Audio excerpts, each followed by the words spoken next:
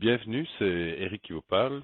Nous sommes au tout début de cette année 2013 et j'ai choisi de revenir sur un sujet qui est fort important en photographie, qui est l'exposition. Alors pour illustrer mon propos, je vais utiliser une fiche que j'ai déjà publiée et que ceux qui sont abonnés au site ont déjà reçue. Et je vais vous parler d'une deuxième fiche que je vais vous expliquer pas à pas, que vous pourrez obtenir en vous inscrivant sur le site. Et pour ceux qui sont déjà inscrits, vous l'aurez reçu dans votre boîte mail. Voilà. Alors, la première fiche dont je parlais, que vous avez déjà reçue, concernait le triangle ouverture, vitesse, sensibilité. Je reviens sur cette fiche parce que pour la suite de cette vidéo qui va parler de l'histogramme et la manière dont les capteurs réagissent à la lumière et quelles sont les capacités des capteurs face à la luminosité d'une scène donnée, il est important de bien comprendre les trois paramètres ouverture, vitesse, sensibilité et d'apprendre à les maîtriser pour pouvoir faire une exposition correcte. Donc sur cette première fiche, l'ensemble des valeurs qui sont reprises, que ce soit l'ouverture, la vitesse ou la sensibilité, ces valeurs sont exprimées de telle manière à ce que entre deux valeurs ou entre deux pas, ou entre deux stops, ce sont tous des mots que les photographes se sont amusés à inventer pour désigner la même chose. Entre chacune de ces valeurs, la lumière augmente ou diminue de deux fois. Ouais. Donc entre l'ouverture f1.4, f2, la lumière diminue de deux fois. Entre f2 et f2.8, la lumière diminue de deux fois, etc. Pour la vitesse, c'est pareil. De 1/15e à 1/30e, la lumière diminue deux fois. De 1/30e à 1/60e, deux fois, etc. Pour la sensibilité, quand on passe de 100 à 200 ISO, on amplifie deux fois la lumière. De 200 à 400, on amplifie deux fois la lumière, etc., etc. Donc, replongez-vous dans cette fiche, relisez-la, euh, comprenez l'interaction qui existe entre ces différents paramètres. Et sur le site, il existe d'ailleurs un article avec un outil qui permet de simuler l'ensemble de ces paramètres et de comprendre quelle action ça a sur la photo. Voilà. Alors, aujourd'hui, je souhaite plus spécifiquement vous parler de la plage dynamique des capteurs et de l'histogramme. Voilà. Alors, sur notre précédente fiche, on avait un capteur qui était dessiné ici. Ce que j'essaye de faire ici, c'est de vous représenter ce capteur ou cette plage de luminosité un peu plus en détail. Alors, il faut savoir que l'œil humain, voilà un œil, a une plage dynamique de 24 IL. IL veut dire intensité lumineuse. Alors, la fiche, vous retrouvez IL ici, qui est égal à EV, qui est la dénomination anglaise, ou certains l'appellent stop, ou certains l'appellent pas. Oui. Donc, 0, 1, 2, 3, etc., jusqu'à 24, c'est la plage de luminosité que l'œil humain est capable de distinguer. Donc, environ 24 IL. Donc, de nouveau, et par rapport à la précédente fiche, entre chacune de ces valeurs, la lumière augmente de deux fois. Hein, entre 0 et 1, deux fois, entre 1 et 2, deux fois, entre 2 et 3, deux fois. Hein, et donc, ce sont finalement des exposants. Ouais, donc, ça veut dire que la zone de gauche, c'est le noir absolu, la zone de droite, c'est le blanc absolu. Alors, est-ce que l'œil voit tout le spectre dynamique de la luminosité qui existe sur la Terre? Eh ben non, parce que quand vous regardez le Soleil, par exemple, ben vous êtes au-delà de ces 24 IL et votre œil brûle. Enfin, donc l'œil est quand même très très très performant. Ouais. Alors, à droite se trouvent ce qu'on appelle les hautes lumières en photographie. À gauche se trouvent les basses lumières. Alors c'est un concept assez simple, mais qu'il est important de comprendre en termes de vocabulaire pour savoir où on se trouve. Alors, par rapport à une scène donnée, un histogramme, et cet histogramme, vous pouvez le vérifier dès la prise de vue sur votre appareil, et maintenant certains appareils même mirrorless, donc qui n'ont pas de mémoire, vous affichent cet histogramme en direct dans le viseur ou sur l'écran. Hein, donc cet histogramme correspond à la luminosité d'une scène donnée. Alors l'histogramme que j'ai dessiné ici est un histogramme d'une zone contrastée, avec beaucoup d'infos dans les basses lumières, donc dans les ombres, beaucoup d'infos dans les hautes lumières, euh, et des infos entre les deux. Alors si on se penche sur un programme ici Aperture, mais vous aurez la même chose dans Lightroom ou dans GIMP ou dans peu importe, hein, vous retrouvez cet histogramme ici à gauche. Alors l'histogramme a une pointe à gauche, il a une pointe à droite. La zone de gauche correspond aux ombres, donc c'est toute la partie qui se trouve ici en bas à droite de la photographie. Et la partie droite ici, c'est la partie haute lumière, donc c'est celle qui correspond à toutes ces lumières qui se trouvent ici. Alors, Aperture a, je ne sais pas pourquoi, la fâcheuse habitude de démarrer avec un point noir. Hein, ça veut dire, le point noir, c'est le point qui dit ça c'est du noir absolu, qui démarre toujours à 3. Alors, c'est une... ouais, je ne sais pas pourquoi. Chez Apple, ils ont été un peu rigolos de faire ça. Alors, l'histogramme, ce qu'on voit ici, c'est la luminance et les trois couleurs RGB.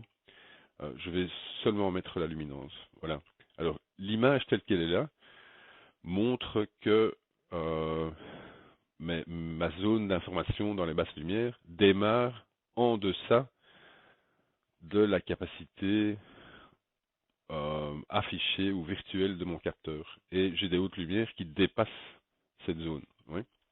Alors si je remets mon point noir à 0, ou à peu près à 0, en même temps vous regardez en haut à gauche et vous voyez que donc, au niveau de l'exposition, mon point noir était quand même bien exposé. Oui. Et j'ai manifestement des zones qui sont cramées. Donc ce sont toutes ces zones-là. Alors quand on est face à une scène comme ça, il faut faire des choix. On expose soit pour les ombres, soit pour les hautes lumières. Si on expose pour les hautes lumières, toute cette partie-là sera bouchée. Alors je peux simuler ce phénomène grâce à certains paramètres d'aperture. Donc je retrouve ici mon histogramme tel qu'il est au-dessus. Et je vais virtuellement ou grâce au logiciel, en tout cas simuler une mauvaise exposition pour les ombres. Donc je vais tirer mon point noir vers la droite et vous voyez que mon histogramme dans le haut se colle à gauche et j'ai toute une série d'informations qui ont disparu. Donc on retrouve des aplats noirs euh, dans les ombres. Oui. Au même titre, si je fais la même chose du côté des hautes lumières, donc je force virtuellement l'image dans les hautes lumières, et donc ça veut dire que toute la partie qui se trouve ici à droite, eh ben, je viens de la couper en fait de ce que vous voyez à l'image. Et vous voyez qu'au plus je descends ce point blanc, au plus mon image devient ce qu'on appelle cramée. Hein. Donc quand j'ai trop de lumière, elle est cramée. Quand j'ai trop d'ombre, elle est bouchée. Vous voyez. Et regardez bien comment se comporte cet histogramme en haut. C'est flagrant. D'accord? Alors quand vous faites une prise de vue, vous pouvez afficher cet histogramme sur le petit JPEG ou la petite preview qui a été fabriquée par l'appareil lorsque vous venez de prendre la photo.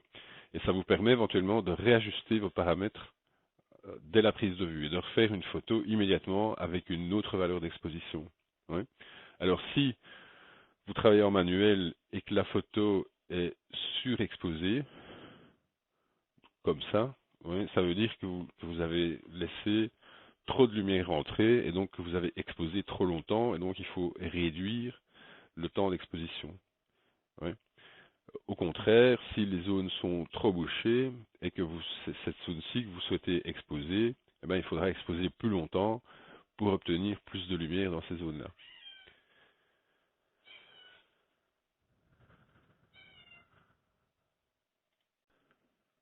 En jouant sur ces mêmes curseurs, je peux aussi ramener de la lumière dans les ombres. Ouais, donc je tire mes curseurs vers la gauche et je ramène artificiellement de la lumière dans les ombres. Et vous voyez que mon histogramme en haut se déplace vers la droite et surtout la partie des infos dans les ombres, hein. Voilà. Donc en ce faisant, on diminue aussi le contraste. À l'inverse, si je tire vers la droite, bien, je vais ramener, on le voit ici, je vais ramener les hautes lumières. Euh, ouais, je vais ramener des détails dans les hautes lumières. Alors ça, c'est quelque chose qui n'est pas possible de faire avec un JPEG, ou pas, en tout cas, dans les proportions euh, qu'offrent les RAW. Ouais. Donc, c'est de nouveau une raison supplémentaire de fonctionner avec des RAW à la place des JPEG. Si vous avez le temps de développer vos photos, évidemment. Alors, donc, on a ce fameux historique. Ici, moi, je l'appelle en corne de vache. C'est toujours une situation contrastée. Et c'est un petit peu cette situation-là que j'ai décidé de représenter dans sur ce graphique. Donc, j'ai des infos à gauche dans les basses lumières, j'ai des infos à droite dans les hautes lumières. Et vous voyez que cette scène, elle tient dans la plage dynamique de mon œil, donc ça veut dire que je ne serai ni aveuglé et je verrai l'ensemble des détails dans les ombres, mais dès qu'on s'intéresse au capteur, il en va tout à fait différemment. Alors, un capteur standard sur un compact par exemple, ou un réflexe d'entrée de gamme, des choses comme ça, des bridges, fait plus ou moins 9, 10, 11 IL de plage dynamique. Alors que, je le rappelle, l'œil fait 24 IL de plage dynamique. Alors ça veut dire quoi? Ça veut dire que par rapport à mon histogramme tel qu'il est maintenant et qui représente une scène quand même relativement fortement contrastée, bah, la partie qui se trouve ici, bah, elle ne sera pas captée par la lumière, hein, sera pas captée par par l'appareil photo. Et la partie qui se trouve à droite, eh ben, elle sera complètement cramée. Ça veut dire que l'ensemble des détails qui se trouvent à droite de cette ligne ben, n'apparaîtront pas sur la photo. Et de l'autre côté, les infos qui se trouvent à gauche de cette ligne eh ben, n'apparaîtront pas non plus sur l'image produite par l'appareil. D'accord? Alors, sur un capteur plus professionnel, donc des appareils comme un EOS 600D ou un Nikon D600 ou D800, des appareils comme ça, D4 EOS 1DX. La plage dynamique de ces capteurs-là est plus ou moins 14 IL. Ouais. Et donc vous voyez, donc j'ai fait aussi les dénominations bouché et cramé, hein, bouché dans les ombres, cramé dans les hautes lumières. Euh, donc la plage dynamique offerte par ces capteurs-là vous permettra d'avoir plus d'infos que des capteurs dits standards qu'on retrouve généralement dans les compacts et les bridges. Et donc ça vous permet déjà d'élargir le champ de captation des détails d'une scène donnée. Alors, je ne dis pas que toutes les scènes dépassent à gauche dans les basses lumières et dépassent à droite dans les hautes lumières, hein. C'est bon, dans des situations normales, cet histogramme tiendra dans la plage dynamique des capteurs, mais vous voyez que vous avez plus de chances de capter l'ensemble de la plage sur un capteur pro que sur un capteur que moi j'appelle standard. Ouais. Alors il existe, enfin, c'est ce phénomène en fait qui explique que des zones sont bouchées et des zones sont cramées. Alors étendre la capacité de la plage dynamique d'un capteur, c'est pas possible. Ça sera probablement peut-être possible dans le futur. Et chaque fois que les constructeurs sortent des nouveaux capteurs haut de gamme, ils élargissent la plage dynamique de ce capteur. Hein. Avoir 14 IL il y a 5 ans, c'était impossible.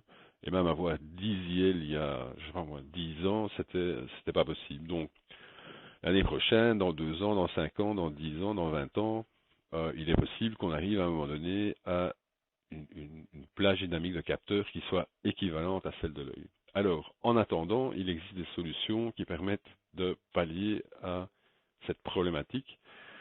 Et cette solution, c'est le bracketing. Alors le bracketing, il existe plusieurs sortes. Il s'agit simplement de faire différentes photos de la même scène à différentes expositions. Et donc si on parle d'exposition, ce sera un bracketing d'exposition. Il y a aussi moyen de faire du bracketing avec l'ouverture ou du bracketing avec la sensibilité. Ouais. Alors sur un capteur professionnel à 14 IL, et si on choisit de faire chacune des images à 1 IL d'écart, eh bien l'image originale qui sera faite avec la mesure de lumière standard sera cette partie, sera cette image du milieu, et l'appareil va faire deux photos avec des valeurs d'exposition qui permettront de capter plutôt les basses lumières et deux valeurs d'exposition qui permettront de capter plutôt les hautes lumières. Alors cet écart d'un IL, on peut le paramétrer sur l'appareil.